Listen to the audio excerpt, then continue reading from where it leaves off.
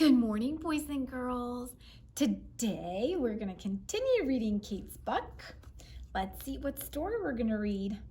Can you tell me what page it is on? Very good. It's The Hike on page 38. So let's turn to page 38, The Hike. I wonder what this story will be about. There is one vocabulary word we will need to know, and it's carve. Carve is like to cut something away. So for example, during Halloween, we carve pumpkins. Are you ready? Okay, the hike.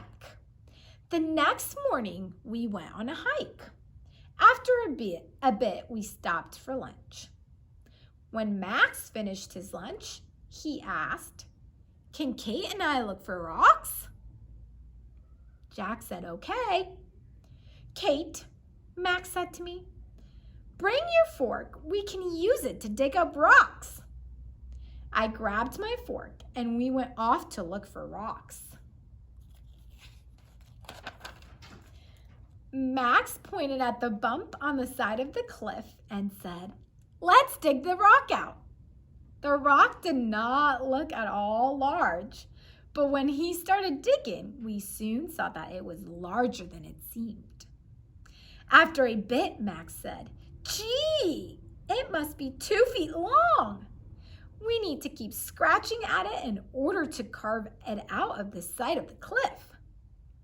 We went on scratching with our forks. "Let's tug on it," Max said.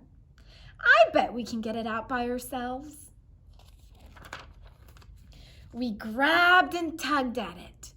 It popped out, but so did a big cloud of sand and dust. Max and I fell down.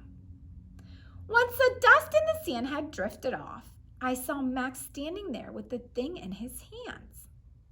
"It's not a rock," he yelled. "It's a bone." It was the biggest bone I had ever seen. It was 3 feet long. Jack and Nan came running. "Goodness," said Nan, "that is one large bone. Where did you get it?" Max pointed to the spot where we found it. Jack set the bone on the ground. Then he took a picture of the bone and said, "We need to get an expert to look at this bone and tell us what sort of bone it is." The end.